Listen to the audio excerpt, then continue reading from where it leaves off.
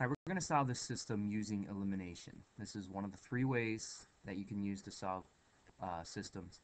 I prefer this way. Usually after I use this way, I will check it using graphing on my graphing calculator. So what we want to do is we want to eliminate either the x or the y. And I'm going to multiply the bottom equation. Basically, it's like unreducing a fraction. I'm going to make this equation, I'm going to unreduce it, and I'm going to do that by multiplying by 10. Now let me show you what happens. If I do that, I get 10x plus 20y is equal to negative 200. And the original equation just stays what it is. Negative 10x plus 6y is equal to 18. Okay, now look what we have. We have the variables one on top of another. They're stacked in columns. We have everything set to go. If we combine these, okay, just like if we were combining like terms, what happens to x's? They go away. Negative 10x and 10x cancel out, and we don't have to worry about x anymore. The only thing we have to worry about is y. So we're going to get 26y is equal to negative 182. And y is going to factor out, divide out, and become negative 7. Alright, so take this y and plug it into whatever you think is easier to plug it in, either the first y or the second y.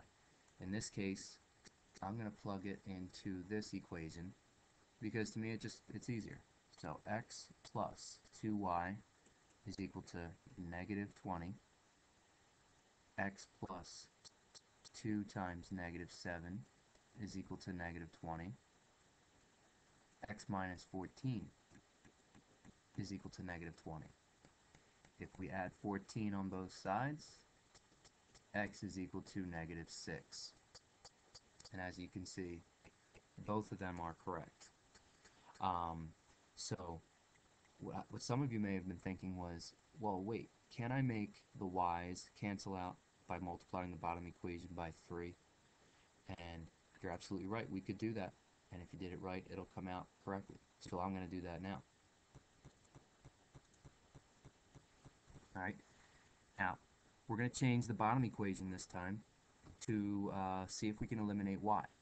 So if we're going to do that, we would like for y's to be opposites. So if we have 6y on the top, negative 6y would be great to have on the bottom. So I'm going to multiply by negative 3.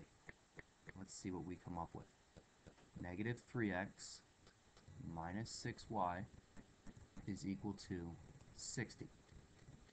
Alright, the top equation just stays the same.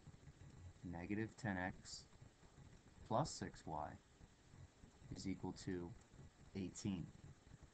Alright, now it comes time to combine these. Alright, we combine all the like terms up. Alright, this is going to get you negative 13x. The y's are gone. Positive 6y and negative 6y become nothing. Alright, and then these two numbers combine to get negative 78. I'm sorry, positive 78. So in this case, x is going to be negative 6. Alright, if you divide 78 by negative 13, you'll get negative 6.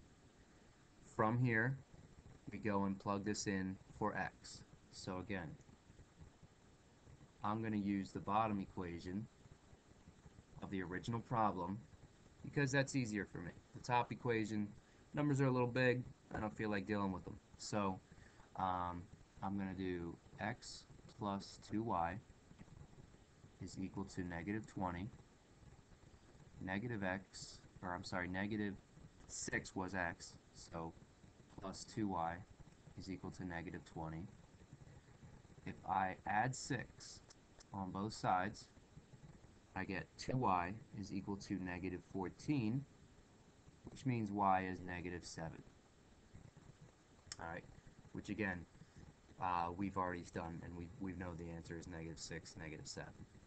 So that was two ways you could have used elimination to solve this problem. Sometimes you might need to multiply the top and bottom equation. It's not always just going to be one of them. So just be careful and you'll be alright. Thanks.